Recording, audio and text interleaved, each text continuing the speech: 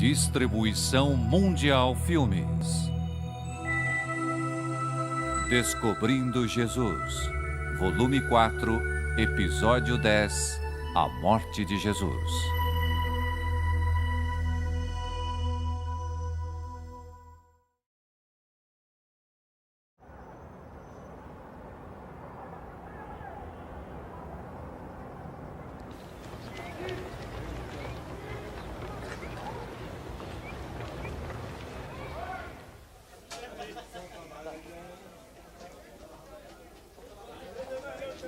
Versão brasileira, Estúdio Áudio Brasil.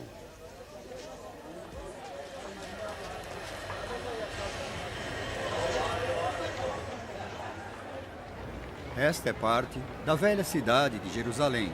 Essas ruas foram feitas pelos romanos há mais de 2000 anos atrás. Jesus andou por essas ruas aqui quando ele subiu da Galiléia a caminho do templo em Jerusalém. E quando eu digo que ele subiu até Jerusalém, quero dizer que ele não apenas subiu por conta da altura, mas pior, subiu em termos de oposição. Houve tremenda oposição de vários grupos de pessoas. Haviam traidores por todos os lados que se opunham a ele, por ele ter interferido no comércio e também por ter virado a mesa. Havia oposição religiosa e muitos oponentes que tornaram as coisas muito difíceis para ele. E quando Jesus subiu até o templo, ele estava prestes a encarar o grupo de homens mais desesperados que vocês poderiam imaginar. Eles se opunham a Jesus de todas as formas. E, de fato, tinham tentado se infiltrar no seu grupo, arquitetando sua morte e planejando matá-lo. Desarmado, com exceção de seu intelecto e de sua real capacidade de se relacionar com pessoas, Jesus andou por essas ruas até o templo e encarou a base de poder dos seus inimigos.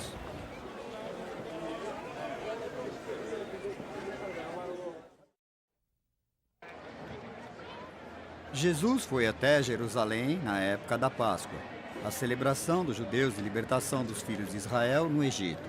Jesus e seus discípulos fizeram parte de uma peregrinação com milhares de pessoas que a cada ano vinham celebrar a Páscoa. Jesus entrou na cidade montado em um burro, como na cena da realização de uma antiga profecia. Era um símbolo reconhecido pela multidão. Ele alegava ser o Filho de Deus. Logo, uma pessoa o reconheceu e o apontou como Messias. Gritou: "Hosana!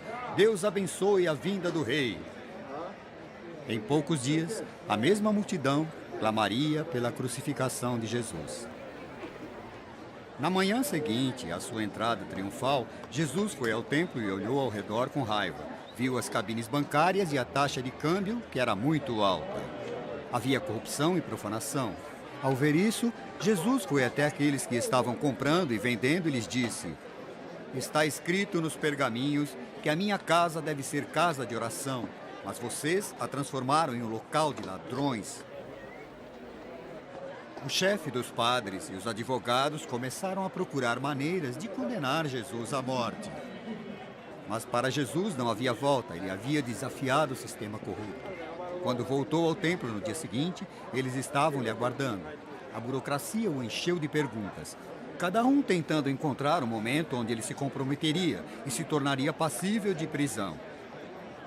Em uma das mais incríveis cenas de habilidade dialética, Jesus atacou as melhores mentes de seus dias e os deixou desconcertados com sua lógica e inteligência.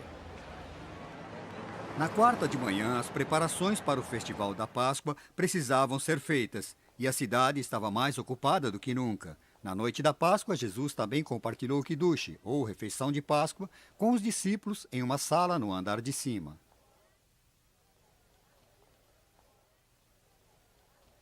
Os discípulos subiram pelas escadas do lado de fora da casa da mãe de João Marcos, onde o banquete da Páscoa havia sido preparado, e aguardava Jesus.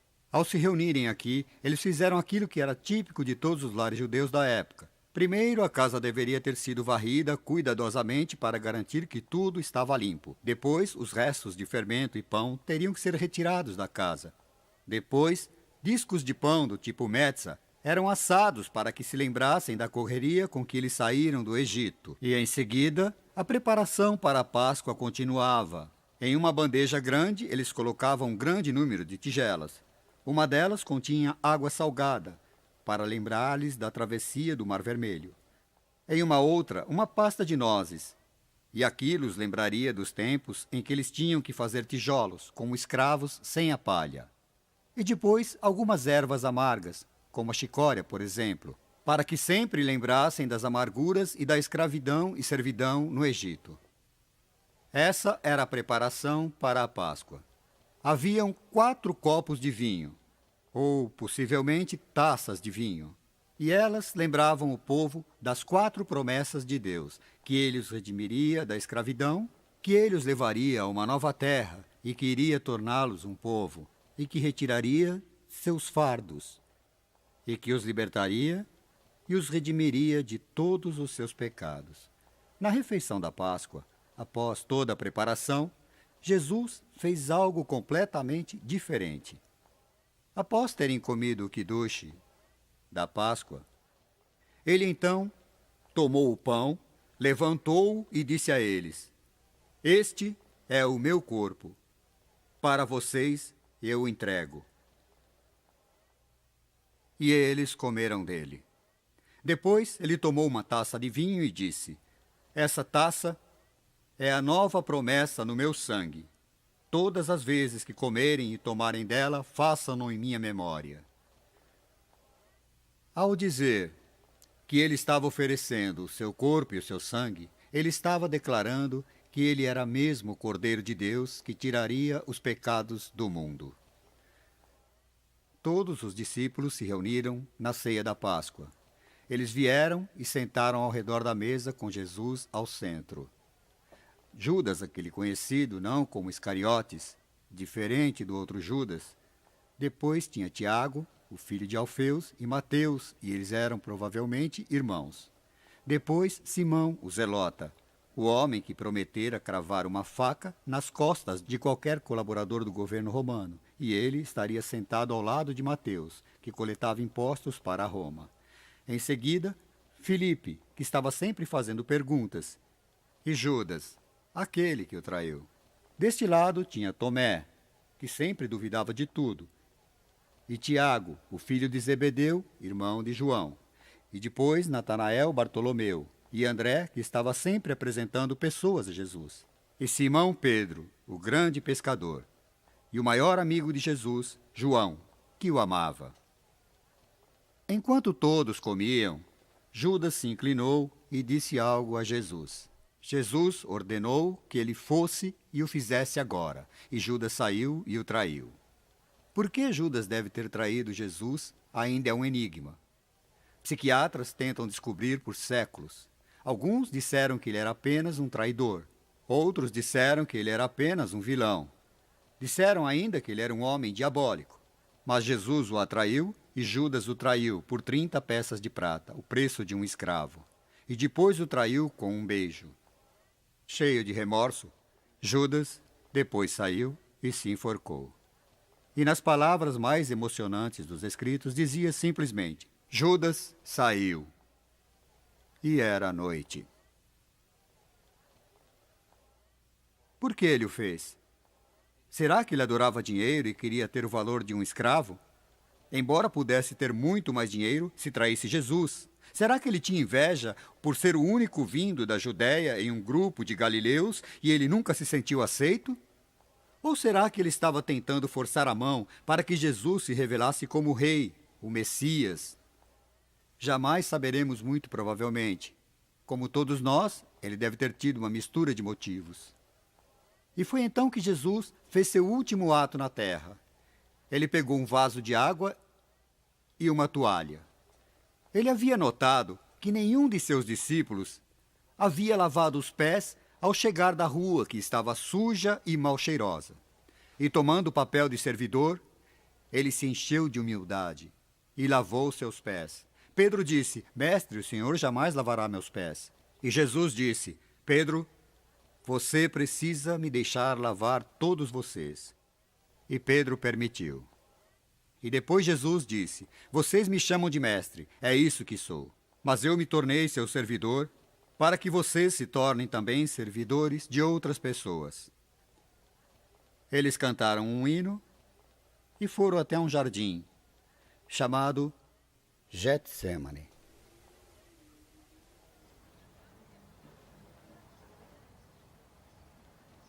Após terem terminado a ceia, Jesus e seus discípulos foram saindo da cidade, passando pelo riacho até uma horta de oliveiras, chamada Getsêmani. Se houve alguma vez que ele tenha desejado dar a volta e fugir da dor que sabia que estava por vir, foi naquele momento. Com enorme angústia no coração, ele disse aos discípulos: "O sofrimento no meu coração é tão grande que quase me destrói. Fiquem aqui e vigiem comigo." Ao se deitar no chão, ele disse: "Meu Pai, se possível, leve esse sofrimento de mim."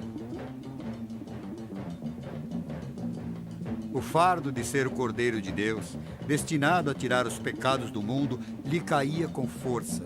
Já podia sentir os pregos da cruz e a dor ali mesmo na horta. Este era o preço do seu batismo. Em sua agonia, ele se virou aos amigos, mas eles estavam dormindo. O cansaço havia sido mais forte.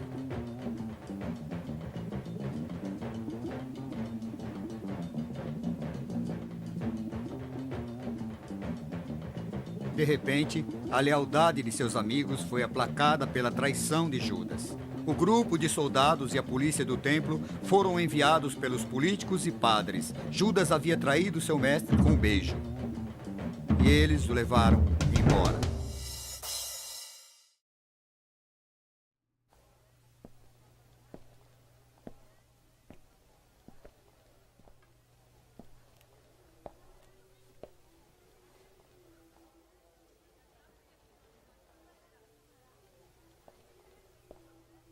Logo após Jesus ter deixado a Horta das Oliveiras, ele foi preso e trazido aqui para este lugar, para a casa de Caifás, o sumo sacerdote, para ser examinado por Anás, o antigo sumo sacerdote. E foi aqui que Jesus foi condenado à morte pelo Sinedrim. Essas pedras aqui são chamadas de calçada, ou chamadas em hebreu, Gábata, a calçada do julgamento. E foi aqui que Jesus foi julgado, primeiramente perante o Sinedrim, e logo depois por um conselho formado por Caifás e Anás, depois perante Pilatos. Pois vejam, o Sinedrim não tinha direito de ordenar a morte de Jesus. Eles podiam condená-lo, mas os romanos teriam que oficializar. E após terem condenado, eles esperaram até o amanhecer e Jesus foi levado para fora. E atravessou essa calçada e profetizou que toda Jerusalém seria destruída. Não iria restar pedra sobre pedra. E no ano 78 depois de Cristo, tudo foi destruído, com exceção da calçada. Esse aqui deve ser o único lugar original que realmente sentiu os pés de Jesus. Então ele foi levado perante a Pilatos, que o examinou e disse: "Não vejo nada de errado nele." E o libertou. E o mandou para Herodes, o rei. Herodes zombou dele e disse: "Faça um milagre para nós." Mas Jesus jamais se louvaria disso. E o encarou, ali de pé, sem dar uma palavra. Ele foi então enviado de volta a Pilatos, que tentou novamente libertá-lo. Ele pensou no costume da Páscoa de libertar um prisioneiro. Então ele disse: "Eu vou libertar para vocês um dos prisioneiros. Temos aqui Jesus." E a multidão gritou: "Barrabás, queremos Barrabás." Um prisioneiro notório que estivera preso há muito tempo. "Liberte Barrabás para nós, queremos Barrabás!" Os rebeldes gritaram. E Jesus foi zombado pelos soldados. Ao ser retirado da casa do sumo sacerdote pela calçada, estava amanhecendo e o galo cantava. E do lado de fora estava Pedro, com seus olhos cheios de lágrimas e remorso. E quando Jesus saiu, ele viu Pedro. Ele olhou para ele e Pedro se lembrou. Quando voltaram aqui, para a calçada, de volta ao julgamento final, Pilatos disse: "Muito bem, façam o que bem entenderem." E ele lavou suas mãos. "Eu não tenho mais nada a ver com esse homem justo. O sangue dele cairá sobre a cabeça de vocês." E a multidão gritou uma das coisas mais incríveis: "Deixe que a responsabilidade da morte desse homem caia sobre nós e sobre nossos filhos." E tem sido assim ao longo da história. Bem aqui, podemos ver uma das marcas, arranhões na pedra. Os soldados costumavam fazer um jogo e era conhecido como o Jogo do Rei. E tem uma figura de um rei, cujo fio da vida foi cortado com uma espada, enquanto os soldados jogavam pedras nele. Eles fizeram o mesmo com Jesus. Eles zombaram dele e cuspiram nele, bateram nele, e depois o deixaram sair, para que fosse crucificado.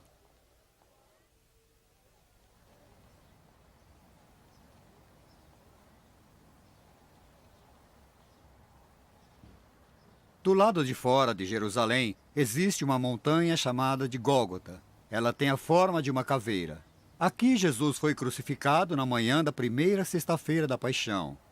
Ele falou apenas 7 vezes algumas palavras simples e emocionantes. Perdoe-os, Pai. Eles não sabem o que fazem. Chegou o fim. Pai, em suas mãos eu entrego o meu espírito. Uma lança foi cravada em seu coração e Jesus morreu.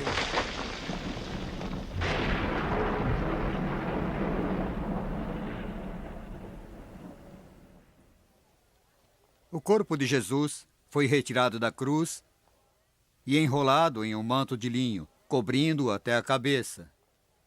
Eles não tinham percebido que aqueles que o haviam crucificado teriam sido responsáveis pelo cumprimento de mais de 30 profecias do Velho Testamento sobre o que aconteceria com o Messias, o Filho de Deus. E depois o levaram para este túmulo, recém-cavado túmulo de pedra, que pertencia a José de Arimateia. Ele havia preparado para ele próprio e para sua família. Havia uma pedra redonda e enorme na porta, e depois que o corpo fora levado para dentro e deixado em cima de uma mesa de pedra, o giz que segurava a enorme pedra foi esmagado. Com peso impressionante, rolou até a entrada do túmulo, barrando a entrada da tumba. O lacre oficial do governo havia sido posto, e por aqui, um grande grupo de guardas romanos foi enviado para vigiar. Os guardas, o lacre, a pedra. Eles não imaginariam que, ao colocar o corpo de Jesus ali no túmulo, muito mais coisas sairiam dali do que eles puseram.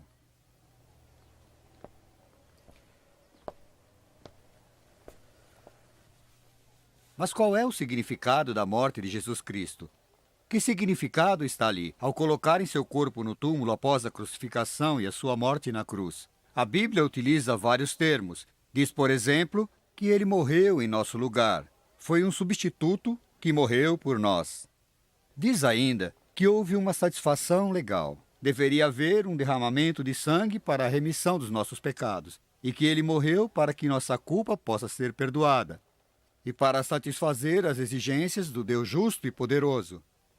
Mas há ainda um sentido real para a morte de Jesus na cruz. Mostra-nos o amor de Deus e a profundidade que esse amor de Deus pode ter a fim de alcançar todas as suas criaturas falhas. Mas havia uma coisa por fim. A morte de Jesus na cruz liberava ainda um enorme poder. E através da cruz, os homens poderiam encontrar esse poder para superar os pecados e proclamar o Evangelho pelo mundo. Mas a coisa que eu aprendi com isso é que o terrível uso de seus pecados foi responsável por causar a morte de Jesus. E nada mais que o caráter ordinário dos nossos próprios pecados. Todos nós conhecemos pessoas como Caifás, que tem sede de poder, ou Herodes, que se mostrou indiferente pelo sofrimento das pessoas, ou Pilatos, que só queria lavar suas mãos diante dos problemas de outras pessoas. Conhecemos pessoas desse tipo. Foram nossos pecados que levaram Jesus à morte na cruz. Teólogos usam longos termos para descrever o significado da sua morte. Alguns falam em justificativa, redenção, reconciliação, sacrifício, substituição, satisfação, entre outros. Mas me parece que uma mulher foi mais feliz ao dizer que ele morreu para que nós fôssemos perdoados. Ele morreu para nos tornar melhores, para que possamos ir até o fim, salvos pelo seu sangue precioso.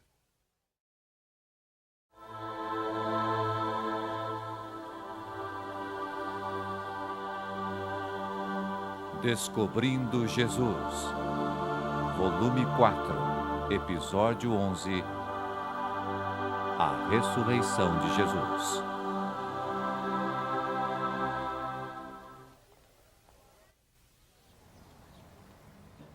Bem cedo no domingo, umas mulheres vieram até este túmulo para sagrar o corpo de Jesus Cristo.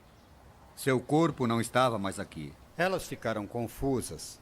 A enorme pedra havia sido deslocada da porta. O lacre havia sido quebrado.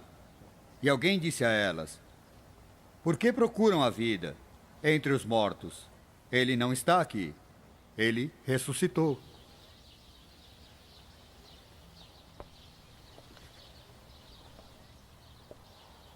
Elas levaram essa mensagem que ele havia ressuscitado e correram para contar aos discípulos.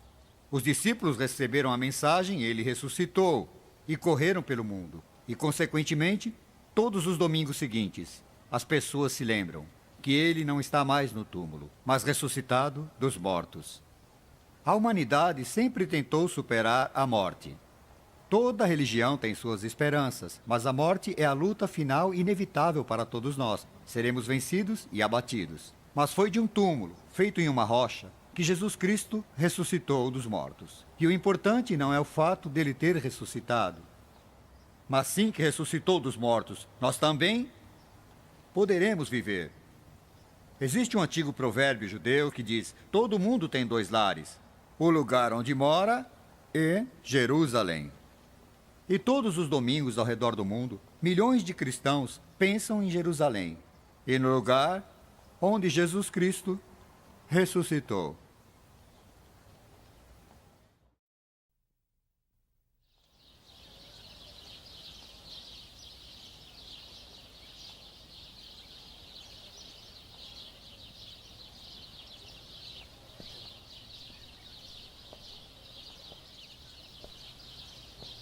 Ninguém viu Jesus Cristo ressuscitar dos mortos. Mas algumas mulheres apareceram, e os escritos dizem: tem que estar escuro antes do amanhecer, para que elas fossem sagrar o corpo. Maria, a mãe de Jesus, e outra Maria, Maria Madalena, e muitas outras mulheres que vinham da Galiléia. Todas vieram trazendo sofrimento e tristeza no coração. A noite fora longa e amarga, e elas vieram sagrar o corpo de Jesus. Ao chegarem aqui, encontraram essa enorme pedra deslocada. O guarda romano havia ido embora. O lacre estava quebrado. E imediatamente elas correram e contaram aos outros discípulos. E os outros discípulos vieram rapidamente. Pedro e João, primeiramente, vieram correndo. João, o mais novo, chegou aqui primeiro. Pedro, mais velho, chegou aqui ofegante em seguida. E Pedro, com seu comportamento impetuoso, correu direto para dentro do túmulo e viu a sepultura lá e os panos utilizados para envolver o corpo. Estava tudo ali. Pedro e João saíram e correram de volta para a sala superior para contar aos outros discípulos que estavam reunidos com medo do que poderia acontecer com eles. Os dois voltaram sem saber o que fazer. E foi então que uma das passagens mais bonitas de toda a literatura aconteceu. Maria estava aqui no jardim, desse lado, sozinha, e de pé, com as suas costas voltadas para o túmulo. Ela chorava. Ela percebeu uma presença atrás dela, e ela pensou que fosse o jardineiro. E ela disse em prantos: Senhor, se foi o Senhor que levou o corpo de meu mestre, diga-me onde o colocou, pois posso ir até lá e trazê-lo de volta. E o jardineiro disse uma palavra: Maria. E ela se virou e caiu sobre seus pés e disse: Mestre! E ele a ergueu mais uma vez. Mais de uma vez na sua vida, ela havia caído como prostituta em tentação e pecado. E ele a havia erguido para um outro nível de decência e pureza. E agora ele erguia para uma nova consciência de vida que nada teria fim. 5 outras vezes Jesus apareceu para pessoas naquele dia, para mulheres, para Pedro, para 2 discípulos que, andando desencorajados e desapontados ao voltarem para Emaús, para os 10 discípulos que estavam reunidos no salão de cima. Tomé não estava lá, e mais tarde ele apareceu para todos os 10, incluindo Tomé, e em 4 outras ocasiões para grupos de pessoas. sendo que em uma delas mais de 500 pessoas estavam presentes, como disse o apóstolo Paulo. Tudo isso aconteceu no dia em que Jesus ressuscitou dos mortos. Na noite da primeira ocasião da ressurreição, os discípulos se reuniram na sala superior, onde 3 noites antes, Jesus teria se despedido deles no banquete de comunhão. E agora, na primeira manhã de domingo, eles estavam reunidos ainda com medo, com as portas duplamente trancadas, temendo que os judeus poderiam fazer contra eles. E enquanto discutiam esses assuntos, uns com os outros, de repente, como uma explosão de energia radiante, o próprio Jesus apareceu entre eles. E eles o reconheceram como o Senhor ressuscitado. E ele levantou sua mão e disse: "Que a paz esteja com vocês." E então os convidou para tocar as marcas dos pregos em suas mãos. Eles festejaram ao notarem que era mesmo o Senhor. Tomé não estava lá. E mais tarde, depois que Jesus já havia saído, Tomé voltou. E eles contaram com alegria e animação: "Nós vimos o Senhor", disseram. E Tomé disse: "A menos que eu veja com os meus próprios olhos as marcas dos pregos em suas mãos, e que eu ponha meu dedo nas chagas e o toque com as minhas mãos, eu jamais acreditarei." Uma semana depois, no mesmo lugar, de repente, mais uma vez, sua presença foi sentida. E Jesus disse: "Tomé, use o seu dedo para tocar nas marcas dos pregos, e com suas mãos venha sentir onde fui ferido. E não perca jamais sua fé, acredite." E Tomé, de repente, percebeu que Jesus havia escutado tudo o que ele havia falado e que ele estava ali todo o tempo, mesmo que ele não o tenha visto. E se jogando aos pés de Jesus, disse: "Meu Deus e meu Senhor." Bem, foi a presença do Cristo ressuscitado que transformou completamente aqueles homens. Eles saíram daquela sala superior carregados com nova energia e foram imediatamente com coragem perante ao Sanedrim e o conselho de Caifás e qualquer outro que quisesse se livrar deles. E declararam: "Nós vimos o Mestre, e ele ressuscitou dos mortos." Eles o avisaram que se Pedro não se calasse, seria posto na prisão. Puseram João e Pedro lá por um tempo. Avisaram aos outros para não falar nada. Mas eles disseram que não importa. Com ou sem aviso, é bom deixar claro que perante Deus, nós testemunhamos que Jesus ressuscitou dos mortos. E com coragem, eles constantemente proclamaram o fato. E esse poder e energia do Espírito Santo estava preenchendo suas vidas, com a alegria do Senhor ressuscitado. Eles foram carregados de energia, e eles correram por todo o mundo.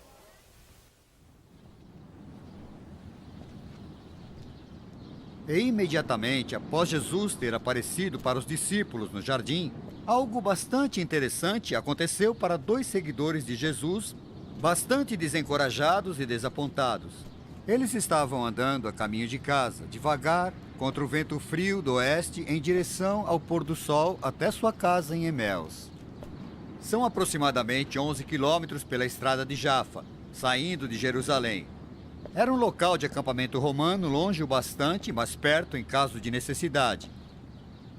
Esses 2 discípulos, decepcionados, Cleófas e um amigo, estavam andando para casa, tristes, pensando nos acontecimentos de 3 dias anteriores, quando uma terceira pessoa se juntou a eles. E na história que tem sido descrita como a história de graça e charme singular, é uma das mais belas histórias do mundo. Uma terceira pessoa se juntou aos 2 na caminhada e começou a conversar com eles e os perguntou: "O que são essas coisas que estão acontecendo?" E ele disse: "Você é o único estranho em toda Jerusalém que não ouviu falar sobre o que aconteceu nos últimos 3 dias?" E ele disse: "Que coisas?" E eles disseram: "Sobre Jesus de Nazaré, que era um profeta de Deus, e ele era poderoso com as palavras. E o nosso sumo sacerdote o prendeu, e o condenou, e o entregou aos romanos, que o crucificaram." E Jesus disse a eles: "Que coração lento e tolo! Tolo por acreditar naquilo que todos os escritos já disseram.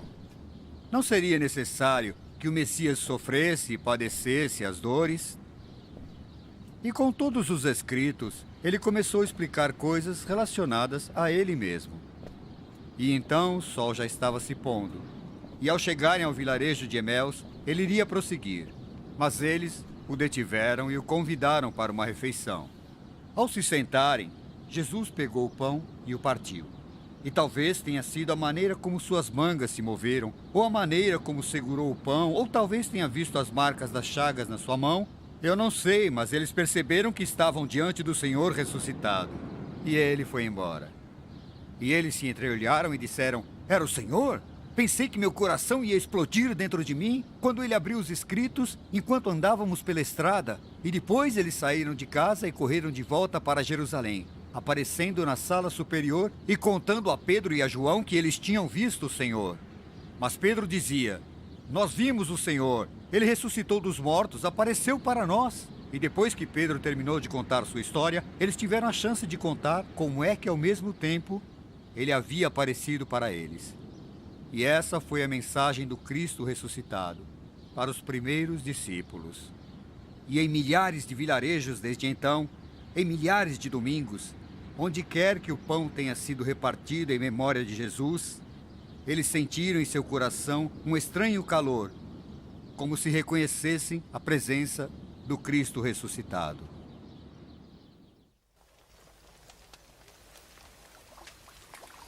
Foi uma das coisas mais naturais de todas que Jesus fez, ir até os discípulos onde eles estivessem.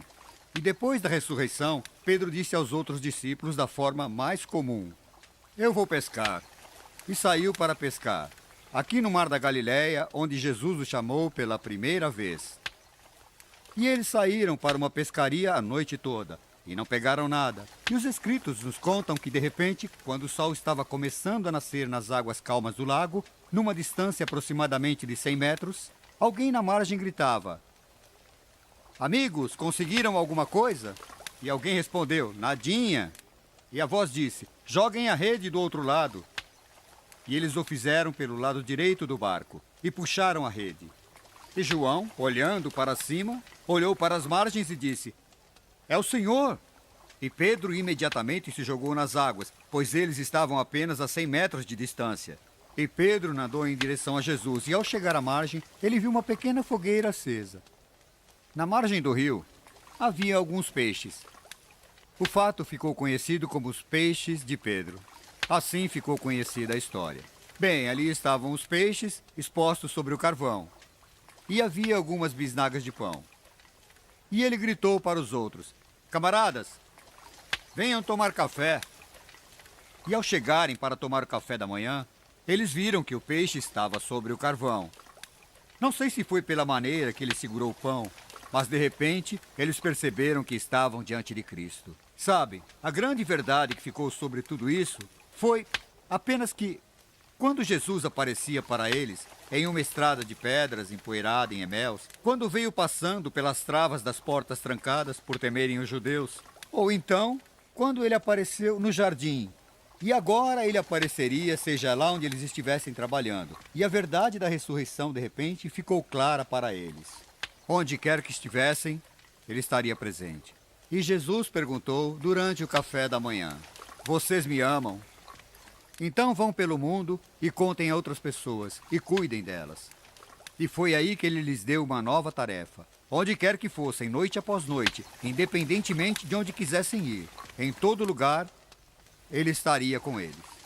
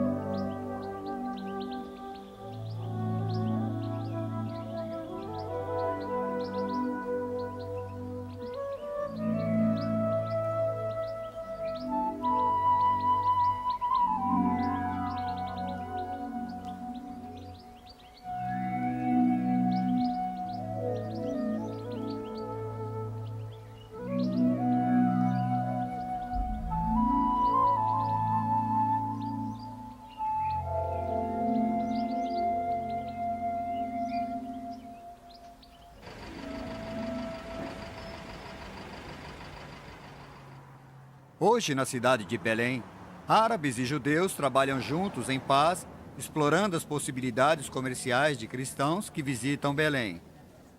Se você quiser encontrar as origens de Jesus Cristo, você deve vir a Belém. Nós viemos até aqui muitas semanas atrás, na nossa série para descobrir a rota histórica do nascimento de Jesus. Mas hoje, se você quer descobrir mais sobre a vida e os ensinamentos de Jesus, você não precisa vir até Belém. Você pode ir a qualquer outro lugar do mundo, pois o cristianismo está espalhado em todos os países do mundo. Quando José e Maria vieram para Belém pela primeira vez, não havia quartos para eles nas pousadas. Mas atualmente, em todo o mundo, em todos os países do mundo, existem milhares de cristãos que foram batizados com o nome de Jesus Cristo. O cristianismo se tornou a religião com mais influência e a mais penetrante do mundo.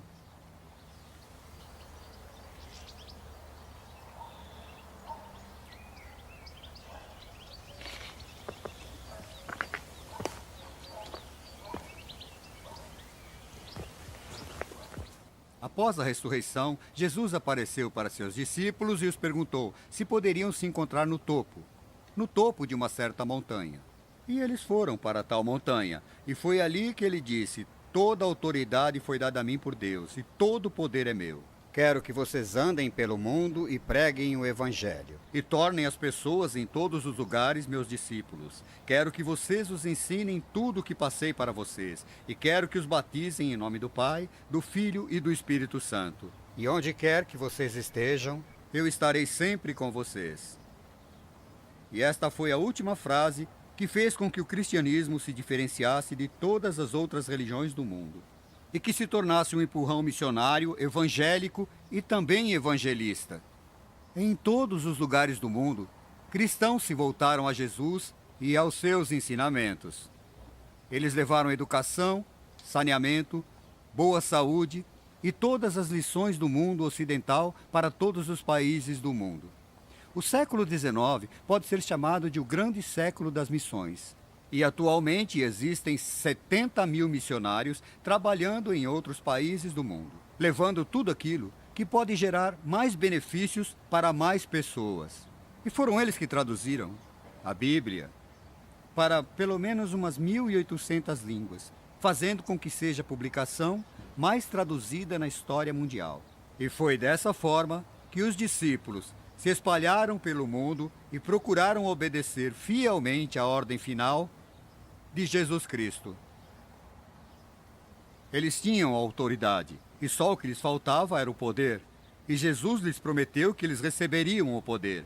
Ele ordenou que esperassem em Jerusalém até que o poder caísse sobre eles. E exatamente 50 dias após a ressurreição, ao se reunirem para o Pentecostes, para celebrar os 50 dias, foi então que o poder caiu sobre eles. O Espírito Santo caiu sobre eles de forma memorável, e os enchendo de coragem e determinação por Jesus Cristo. Jesus havia prometido: se eu for embora, pedirei ao Pai, e ele enviará um novo acolhedor, um novo ajudante, um defensor, um conselheiro, alguém que estará ao seu lado sempre dando força no seu testemunho sobre mim. Ele, o Espírito Santo, trará para sua memória tudo o que eu sempre ensinei. Então, no dia do Pentecostes, o Espírito Santo veio enchendo seu coração de tal forma que eles testemunharam para Jesus. Lemos que 3.000 pessoas foram então batizadas, e depois 5.000. E pouco depois, diante de todo o mundo, a mensagem do Evangelho cristão foi espalhada. A presença de Deus foi sentida em sua vida de uma nova maneira. Assim como os judeus no passado teriam associado Deus ao Criador como juiz, os discípulos associavam Jesus a um amigo, a um professor. Então, os cristãos de hoje em dia, em qualquer lugar, podem associar Deus a um ajudante, a um acolhedor.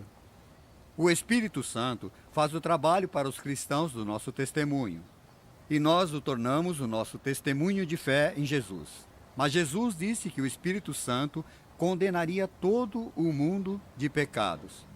Ele os convenceria de toda a verdade sobre Jesus Cristo e os converteria então para a fé cristã.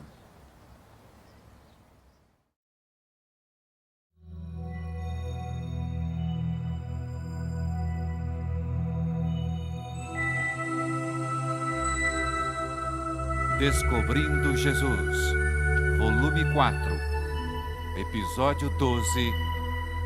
A vida de Jesus nos dias de hoje.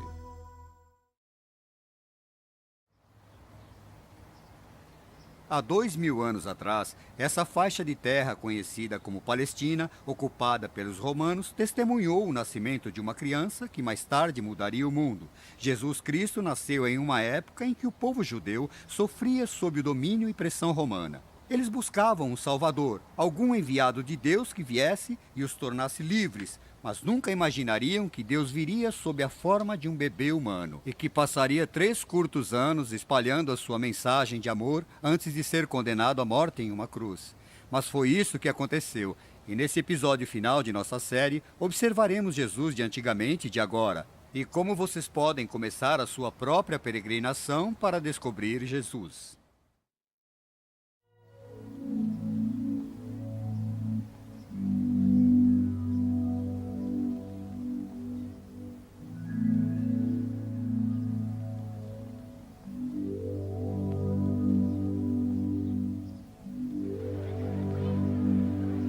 Jesus nasceu em Belém, uma vila sem muita importância que fica a um dia de viagem no sul de Jerusalém. Ele provavelmente nasceu em uma caverna usada para abrigar animais à noite. Hoje em dia, os turistas se satisfazem em visitar a igreja da Santa Natividade, construída há cerca de 450 anos após o nascimento de Cristo. Mas foi nessa pequena vila que Deus veio à terra, na forma de um bebê. Seus pais, Maria e José, não moravam aqui. Eles estavam em Belém para participar de um recenseamento tributário. A cidade natal de José era Nazaré, a 70 quilômetros ao norte, em uma cidade montanhosa ao redor do lago da Galileia. Aqui José tinha uma carpintaria e, ao crescer, Jesus aprendeu essa arte.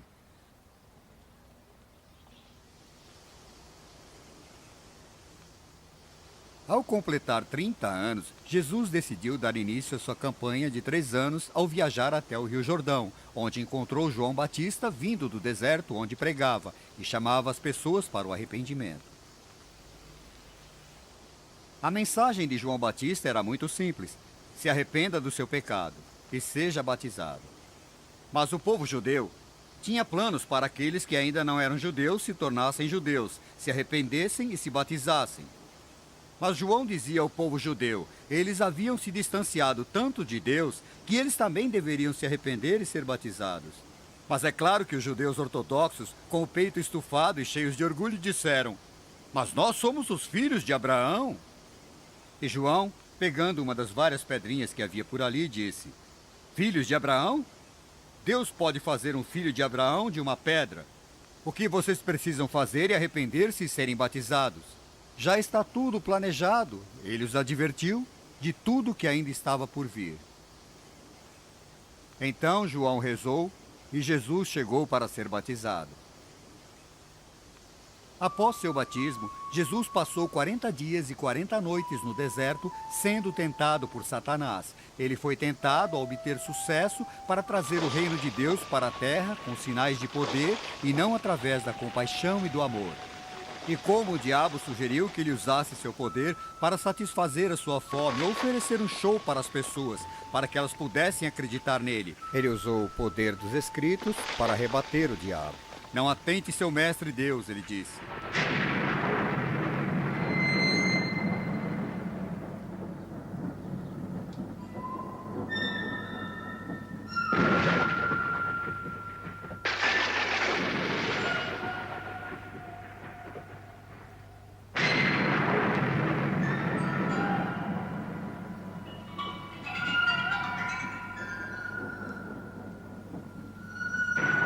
Jesus experimentou suas tentações para que ele pudesse se identificar com as nossas próprias tentações. Após 40 dias, o diabo o deixou, mas apenas por um tempo.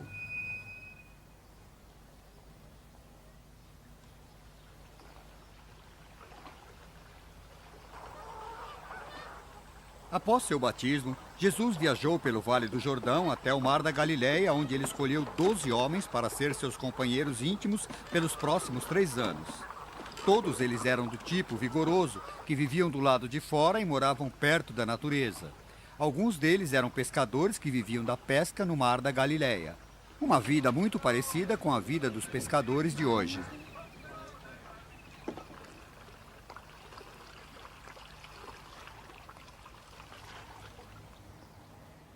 Jesus escolheu seus discípulos de 3 formas. Primeiramente, ele simplesmente chamou qualquer um que quisesse se juntar a ele. Venham, sigam-me, ele disse. Frequentemente, ele chamou indivíduos ou grupos de pessoas. Venham, sigam-me, disse ele. Venham até mim. Era um convite aberto a todos.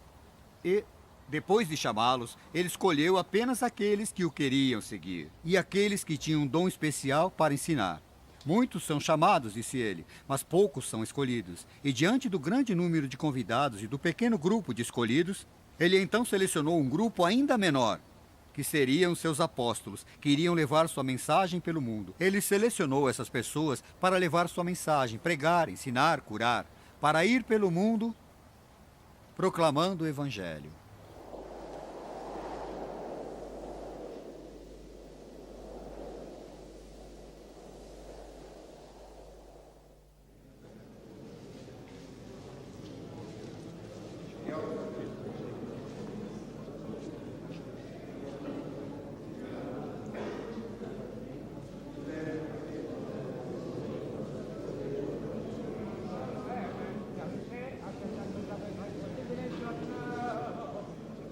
Durante milhares de anos, os padres e escritores do povo judeu estudaram a doutrina e as profecias, e neles viram a vinda do Messias, mas não reconheceram que Jesus era o cumprimento dessa profecia. Imaginaram que o Messias viria com poderes e forças físicas. Jesus veio para trazer um novo significado para a doutrina do Antigo Testamento e das profecias. Seus ensinamentos não eram como dos líderes religiosos. Seu sermão, ou grupo de ensinamentos mais conhecidos, foi concedido no Monte das Beatitudes, na costa noroeste do Mar da Galileia.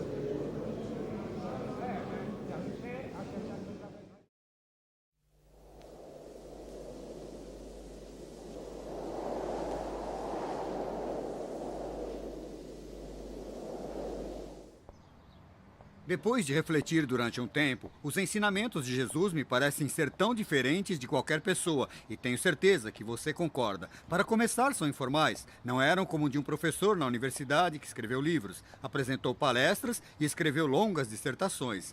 Seus ensinamentos eram bastante informais, e ele andava enquanto falava com as pessoas embaixo de uma árvore ou na beira do mar.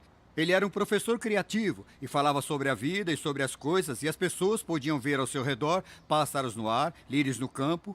Ele era bastante visual, capaz de falar sobre um lavrador a caminho do trabalho ou um semeador e suas sementes, e as pessoas podiam visualizar os ensinamentos nas suas mentes, mas eram ensinamentos bastante autoritários. Ele era capaz de dizer para as pessoas: vocês ouviram de outra forma? E havia autoridade naquilo que Jesus dizia. Era bastante simples e todos podiam entendê-lo. É claro que aí está o segredo dos ensinamentos de Jesus. Eram tão simples que até uma criança poderia entendê-los e tão profundo que até o mais sábio dos homens não o dispensaria. Me parece que os ensinamentos de Jesus eram como explosivos, com longos fusíveis. Você começa a pensar, e pensa mais um pouco, e eis que de repente emerge, com enormes poderes.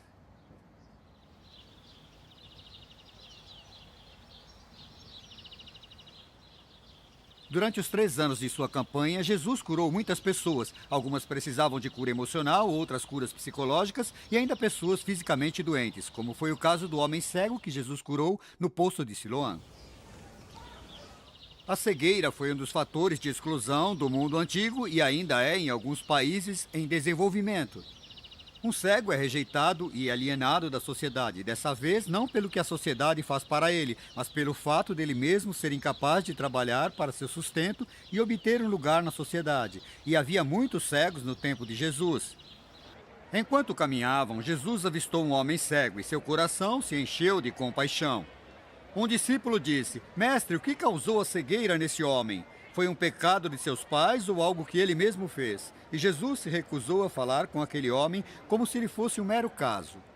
Ao invés, Jesus teve compaixão daquele homem e depois cuspiu no chão e misturou com um pouco de terra.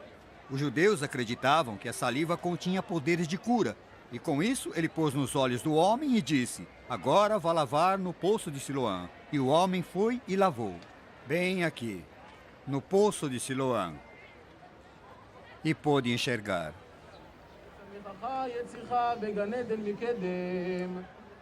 Jesus não usava seus poderes apenas para curar pessoas, mas também para realizar milagres. E ele não os fazia para impressionar as pessoas, mas sim para mostrar o poder de Deus, para trazer a glória para o seu Pai Celestial. Seu primeiro milagre foi realizado em um casamento em Canaã, na Galiléia.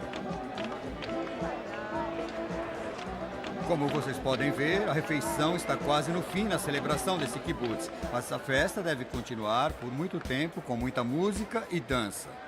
Foi nesse momento em que houve um problema na festa de Canaã, na Galiléia, pois a multidão estava lá para uma bela festa de casamento e o vinho estava quase no fim. Não havia vinho suficiente para todos. E a mãe de Jesus, Maria, foi até ele e simplesmente disse: "Meu filho, o vinho da festa acabou." Ela não disse o que fazer, porém ele já sabia o que tinha que fazer. Então ele se aproximou do local onde havia 6 grandes potes com 100 litros de água cada, ou talvez até maiores do que o tanque de gasolina do seu carro. E ele olhou para esses enormes potes e ordenou que o mestre de cerimônias fosse servir mais vinho aos convidados. O mestre de cerimônias disse: "Não há mais vinho." E Jesus simplesmente apontou para os potes e, ao despejarem a água dos potes, perceberam que era vinho dos bons.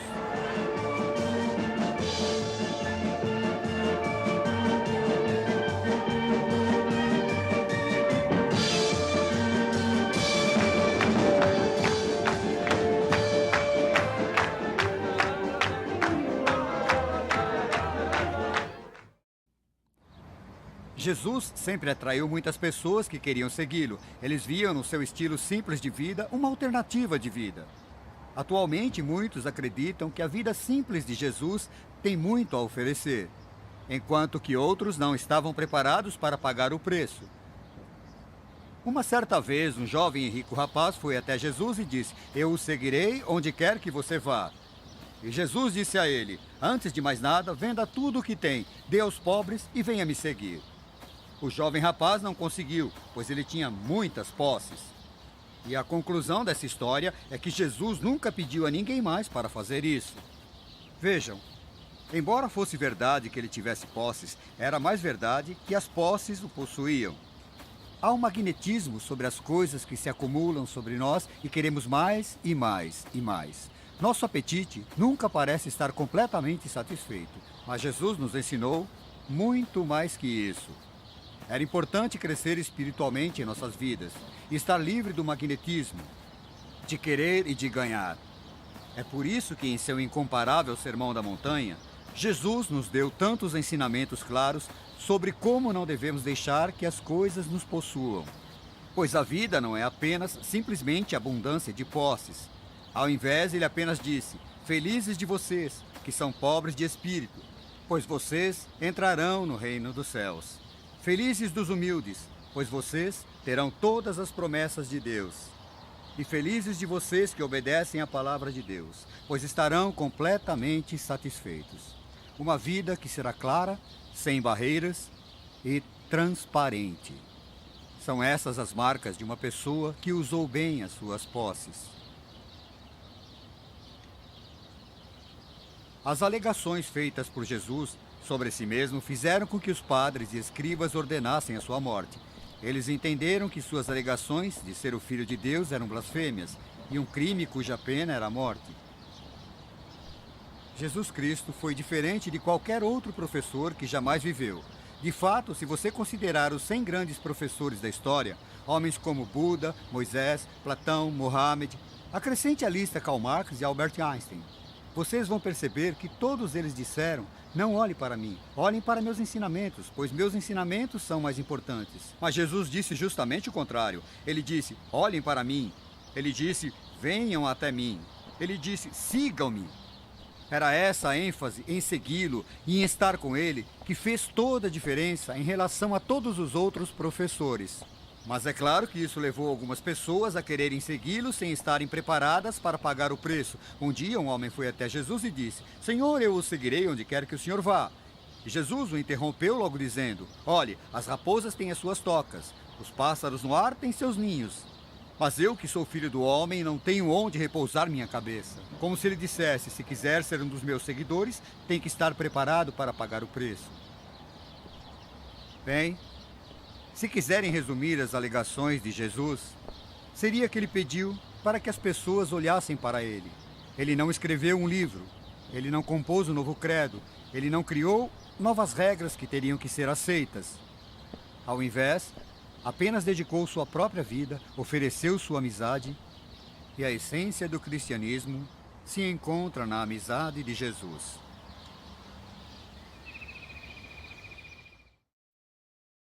The third station, here Jesus falls the first time. E então, o homem que alegava ser o Filho de Deus foi crucificado e morto. Mas no terceiro dia ele ressuscitou. A ressurreição de Jesus é um evento que é lembrado todas as semanas nesta cidade antiga. Todas as sextas-feiras, peregrinos de todos os lugares do mundo se reúnem para fazer parte da encenação da procissão da cruz. Quando os padres caminham pela Via della Rosa, eles se lembram e remontam o sofrimento e a angústia de Jesus ao ser levado para ser crucificado. Porém, a angústia foi logo superada quando os discípulos descobriram que Jesus cumpriu a sua promessa. Ele havia ressuscitado dos mortos.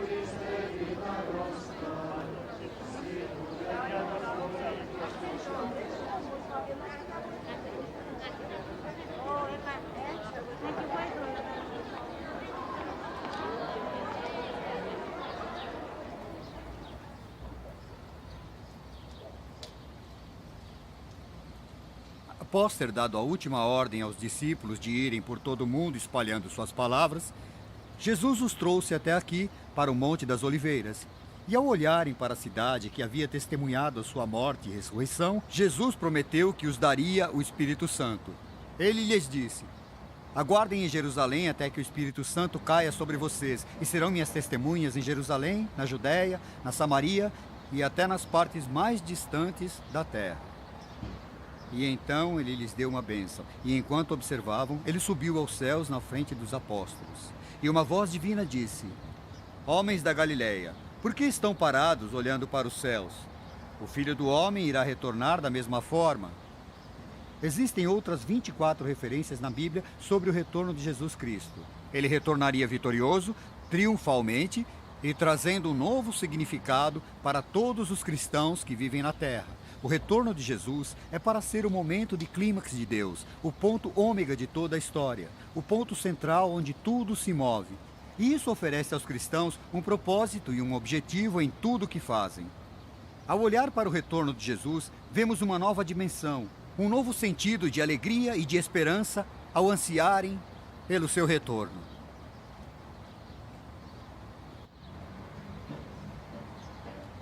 Ao viajarmos como fizemos nesses últimos episódios pelas terras de Israel, não é difícil perceber que esta é uma terra de conflitos entre países vizinhos. Vocês estão tensos com o que aconteceu em Beirute? Estão cansados com as imagens mostradas nos noticiários na hora do jantar sobre batalhas sangrentas e sobre crianças que têm suas pernas amputadas por causa das minas? Estão chateados com os conflitos no Oriente Médio? Que pena! Talvez sejam esses os sinais de que esse mundo está se despedaçando. Jesus nos advertiu que o fim chegaria quando houvessem guerras e rumores de guerras. Bem aqui onde estamos, nas terras de Israel. Nós descobrimos Jesus ao viajarmos por essas terras. Ele nos advertiu contra profetas falsos, mas também nos encorajou para observar o seu retorno.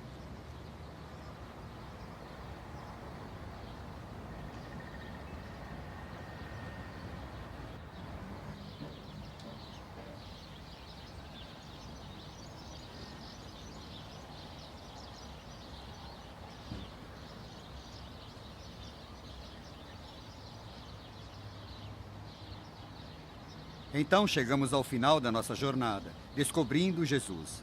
E acho apropriado terminar aqui, bem ao lado do mar da Galileia, onde Jesus passou boa parte do tempo, com muitos de seus ensinamentos durante sua campanha. Mas continuo pensando na pergunta que surgiu inicialmente às margens desse mar, quando Jesus disse a seus discípulos: irmãos, quem vocês dizem que eu sou? E essa pergunta ainda reflete muito na mente das pessoas com o passar dos séculos. Então, quem vocês dizem que Jesus é? Houve uma certa vez que João Batista enviou alguém para falar com Jesus que disse simplesmente: você é aquele que está por vir? E Jesus, ao responder, disse: Volte lá e diga a João as coisas que você viu e ouviu. Diga-lhe que os mortos podem viver, que os surdos podem ouvir e os cegos podem enxergar, os aleijados andam e os pobres ouvem as boas novas pregadas por nós. E quando você ouvir e entender sozinho, saberá quem eu sou. Acho que se vocês querem saber quem é Jesus, vocês têm que começar sua própria jornada de descoberta. Apenas 3 coisas. Primeiramente, pergunte àqueles que já tentaram. Encontrem cristãos vibrantes e perguntem o que faz com que eles acreditem. Leia sobre as pessoas que sofreram por conta da sua fé por trás da cortina de ferro. Descubram o que é ser cristão. Em segundo lugar, sugiro que olhem para os resultados. Por que será que os cristãos estiveram envolvidos em todos os grandes feitos humanitários do mundo, pondo fim nas batalhas de gladiadores, nos assassinatos de crianças não desejadas, nas mortes de prisioneiros de guerra? Descubra por que hospitais e instituições de ensino foram estabelecidas, sindicatos de trabalhadores, movimentos de bem-estar, movimentos industriais, fim da escravidão e o início de um programa de bem-estar social e com planos na educação. E se pergunte, por que será que os cristãos fizeram isso?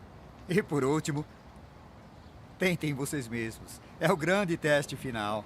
E então Jesus disse da forma mais bonita: venham até mim, todos vocês que estão cansados e carregam grandes fardos, e eu lhes darei descanso.